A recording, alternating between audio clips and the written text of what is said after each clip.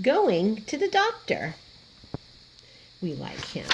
I know who that doctor is. He helps out all kinds of kids. Great pediatrician. Oh my. Let's see. Introduction. That means starting it off. This is the doctor's office. Have you ever wondered why your parents bring you to the doctor for a checkup? Even when you're not even sick? Will you get shots? Well, is it just a visit to make sure that you're okay? Will you have to go again next year? Well, since I'm a doctor, that's him who takes care of kiddos. He wrote this book, so we can help answer some of your silly old questions. And the drawings, his little 9-year-old grandson helped him with that. I bet you they're cute little drawings. Look how cute. Your own doctor. A doctor who takes care of kids is called a pediatrician. That's a fun word, huh? Well, let's pretend that I'm yours. When you come to see me, I want to make sure that you're healthy. I also want to help you learn about how to take care of yourself so that when you grow up, you can get away from all those nosy adults. I weigh and measure you. I listen to you and poke you to see if everything's where it ought to be. So you might get poked in the tummy, which is kind of fun. I want to know how you're doing in school. I want to know how you're doing with your family, if you have any friends. I want to just get to know you better. And your parents will have questions about you too. Kind of embarrassing sometimes. But I also like to talk about myself. That may make you feel weird to be with me all alone, but it helps me get to know you as a person. And as you get older, if you have worries, I can be the one you can talk to. I'm your doctor. I'm not your mom's or your father's. They have their own doctors.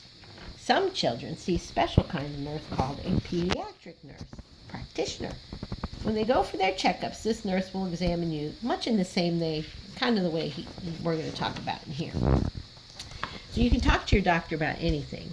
After I've sat and talked to your parents, it's time for me to talk to you. I watch your face for signals to see how some children are worried about coming to me. It's hard to speak up sometimes. And you don't know how I can tell. Do you know how I can tell? Well, when you like what you're saying, your whole face brightens up, your eyebrows go up, and you almost smile. And so when you're talking about you and you disagree or are embarrassed, your face gets dark, your eyes get cloudy or gloom, and your body gets tense. I wish I could hear what you're thinking, but not that either of us would disagree with your parents because we know that they care about you a whole bunch. So, but you might have other ideas, and I'd like you to know about them. So when it's time for me to examine you, I'll ask how you want to do it. I should ask your parents to leave the room so I can have some privacy, or would you rather they stay? And when you're a baby, I'm used to examining you with your mom you're sitting on your mom's lap, because that's kind of scary.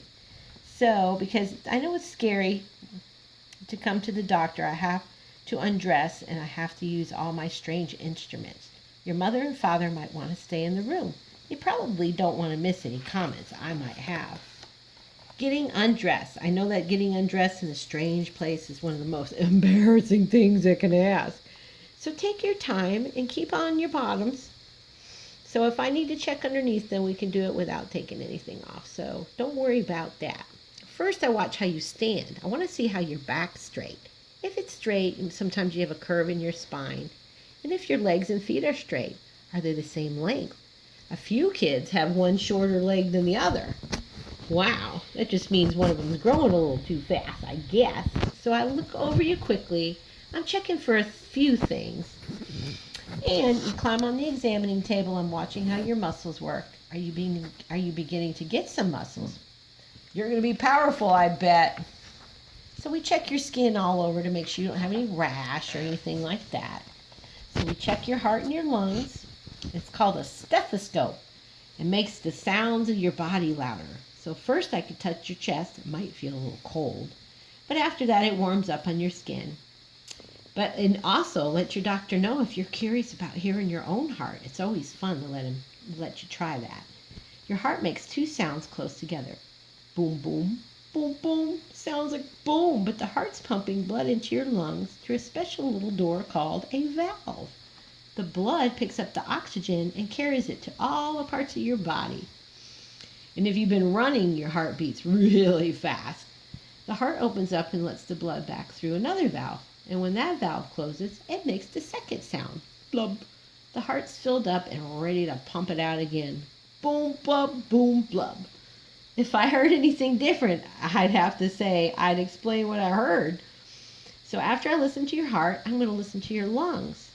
So, have you heard wind sighing through the front, sighing in the door, open door, breathing in and out? Sorry, I lost where I was. He's just checking to make sure you don't have anything like, sounds like Rice Krispies crackling, any wheezing or anything like that, just to make sure. My grandson thinks a stethoscope feels like it's swallowing his whole body. That's cute. Well, your throat. When I say the word doctor, my 2-year-old granddaughter, Rosie, she pulls up her shirt, opens her mouth wide. If you open your mouth wide and say, we won't need to use a tongue depressor or throat stick. Here, I want to see your tonsils and your tongue. If your tonsils are red patches on the side of your throat way back, sometimes they get big and have white patches on them. That's kind of when you have a sore throat. And then I may look at your teeth to make sure all your gums are healthy. I feel your glands in your neck. See if they're swollen. They'd be a size of big marbles along your neck and under your jaw. They also be big if you had a bad throat infection. So we want to make sure about that.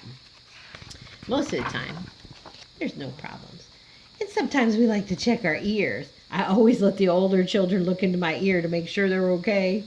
One smart 7-year-old chirped as she looked in and said, "Hey, I can see straight through the other side." Using a metal tube with a light on it called an stethoscope, I can see your ears. The little light makes it easy for him to see all the way through to your eardrum. I can't see the actual eardrum. If that happens, I'll ask your mother to put some drops in there. That means you got some wax in there. They're usually shiny and pink. But when you have an earache, it's swollen and red and hurts because the infection is pressing on your eardrum from the inside. And we have medicine to fix that infection. It'll make your ear feel all better. And then here comes my favorite part, them tummies. Oh, I'd be squeezing everybody's. If you'd rather me check your belly when you're sitting on your parents' lap, we could do that. But if you climb up on the table and lay down, it's a little bit easier for me to feel everything. We want to feel your liver, underneath your ribs. Your liver helps keep your blood clean.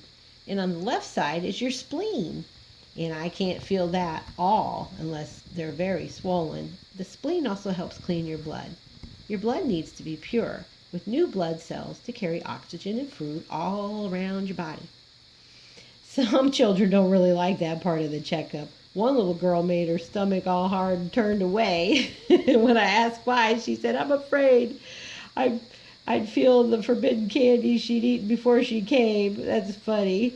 Now we'll really get down to business. Pressing hard on your tummy to be sure everything really is working okay. If you had a pain or a sore spot in your belly, I'd have to figure out why. And when I press, I hear lots of gurgles. And this is good. If I can't hear them, I poke again and they start up. Because your intestines think I'm pressing hand is food ready to go through them. Your intestines are like a big long tube. It's about as long as a whole soccer field. Can you imagine that? Oh! And when they're gurgling, that just means they're moving food through your stuff. That's funny. And all those little creatures that call bacteria live in there, help your body use up that food. Yeah, we're not going to talk about that. And, yep. Let's see. Nerves and muscles. Wow. Arr. Aw. Sometime during your visit, I'm going to weigh you and measure how tall. I want to see how you're growing, if you're growing well for your age. You usually grow about 2 inches or 4 to 5 pounds between visits, even when you get to be a teenager. You're going to start stretching, shooting up even faster. Many children worry about the shape of their bodies, whether they're too fat or too thin. I used to worry about my little brother because he was shaped like a diamond. No one always feels good about how they look. We often wish we looked like someone else. Well, Some want more muscle, some want to be taller, some want to be thinner. Kids with beautiful curly hair want straight hair. That's true. But usually people stop caring and really get to like the way they are. You should always love who you are because you are a beautiful little sugar butt. Blood pressure. Now we take your blood pressure. Do you know what the blood pressure measures? The dial attached to the band I squeeze your upper arm is going to tell me 2 numbers. That's pretty cool. When I hear blood coming through, the needle tells me the first number. When you're excited or when you've been running, the number might be higher. And listen for another change I'm hearing. The blood sounds very soft. I look at the dial and the second number. It's the number. If it's high, of course I'm going to have to worry.